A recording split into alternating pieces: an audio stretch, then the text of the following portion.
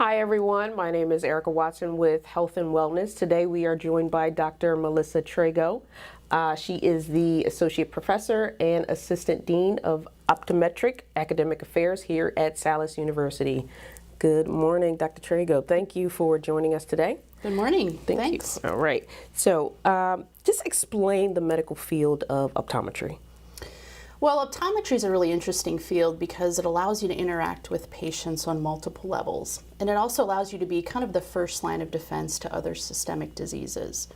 Primarily, optometrists will diagnose, treat, and manage ocular diseases, as well as prescribe glasses, contact lenses. What is the typical medical education of an optometrist? Optometrists will usually have an undergraduate degree for 4 years, and then they end up going into optometry school, which is another 4 years of postgraduate training. And then at the moment in the profession, residencies are optional. So if they are interested in a certain area, specifically looking at the front of the eye or looking at the back of the eye, they can do an additional residency to become more specialized in that area. What is the working relationship between the optometrist and the ophthalmologist? Optometrists and ophthalmologists actually really are a good key team player group. The main difference really between optometrists and then the ophthalmologists is the fact that ophthalmologists are doing a lot of the surgical techniques. Okay. And depending upon where you practice in the states, optometry is a state legislative profession. So laws in Pennsylvania are very different than a state like Oklahoma, for example, which allow you to do laser procedures as an optometrist. But primarily, ophthalmologists will handle a lot of the difficult surgeries, the cataract surgeries, surgeries in the back of the eye, complicated cases, while optometrists do a lot of the pre-op and post-op follow-ups, as well as your general primary eye care issues. Depending again on the state, optometrists can manage glaucoma, they can manage inflammations of the eye, as well as I said, kind of document if a patient may have changes in the back of the eye because of diabetes or high blood pressure. What are some of the most common eye problems optometrists are seeing in children today? Kids are interesting. Primarily kids will have sometimes a hard time seeing far away, they have a hard time seeing the board, or they may have a hard time seeing up close. But it's not always about seeing 20/20 or perfect vision. Okay. Students or kids actually will also have issues sometimes focusing or being able to have both of their eyes work together. Maybe they have a hard time doing what's known as visual perception, where what they see versus what's kind of going in is a little bit difficult. So it's not always about having 20/20 vision. It may be about, you know, kids not being able to have good hand-eye coordination and things along those lines. What are some of the newest advancements in treating patients who are severely vision impaired? Well, we actually have a lot of options for those patients, and a lot of them involved different pieces of equipment to allow them to use their remaining vision the best way they possibly can. Any type of severe visual impairment will affect their activities of daily living and their ability sometimes to still keep their independence.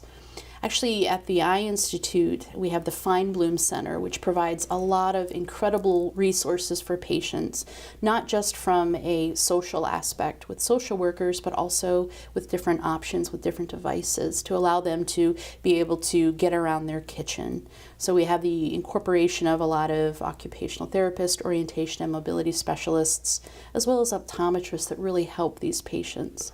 From a advanced standpoint, there are a lot of different treatment options out there for patients with age-related macular degeneration specifically. And that's essentially where you have a loss of your central vision, where I can look at you, I don't see your face, but maybe I see your hair or, you know, kind of the rest, you know, around your shoulders and so forth. Because of that, one of the reasons that happen is there's abnormal blood vessels that end up bleeding in the back of patients with age-related macular degeneration, what's called the wet form. So there are now injections that patients can get, and those injections really prevent the formation of these new blood vessels, and it also really helps to keep their visual acuity kind of where it needs to be. There's also a lot of clinical trials going on that I briefly mentioned before, where it's involving stem cells. You know, stem cells are these really awesome cells that, you know, can be anything you want them to be based upon the messages that you give them or the signals that you're giving them. There have been stem cells that have been implanted in the back of people's eyes. There have been little implantable telescopes for patients implanted, and there's a lot of other clinical trials that are specific, as I said, to your makeup. So some gene therapy, what's going to work best for you based on your genetic makeup. So although severe visual impairment is, very a tough thing to have that a patient has to go through, the promising thing is that there's a lot of great things that are up and coming on the horizon to make things much better and change the way we can treat and manage these patients. What are some of the most common eye problems optometrists are seeing in children today?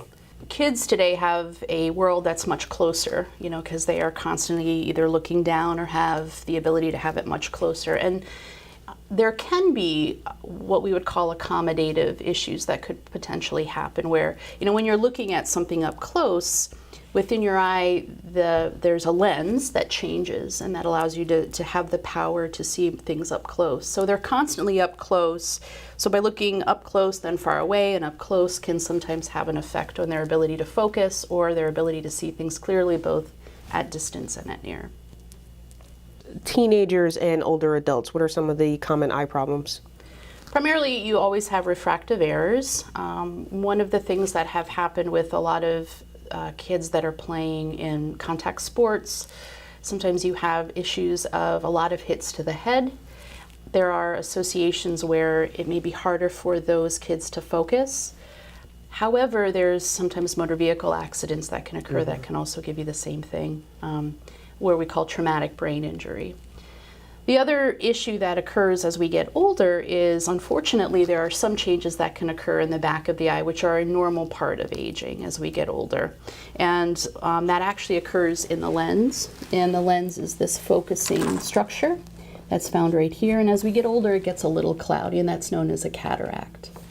The other thing that can happen is if you look in here, this is a jelly-like substance in your eye. It's called the vitreous, and it starts to change kind of from a kind of solid, like a bowl of Jell-O, to a little bit more liquidy.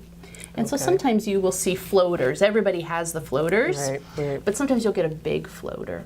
And that's often this gel kind of pulling away from the lining of the back of the eye, which is called the retina.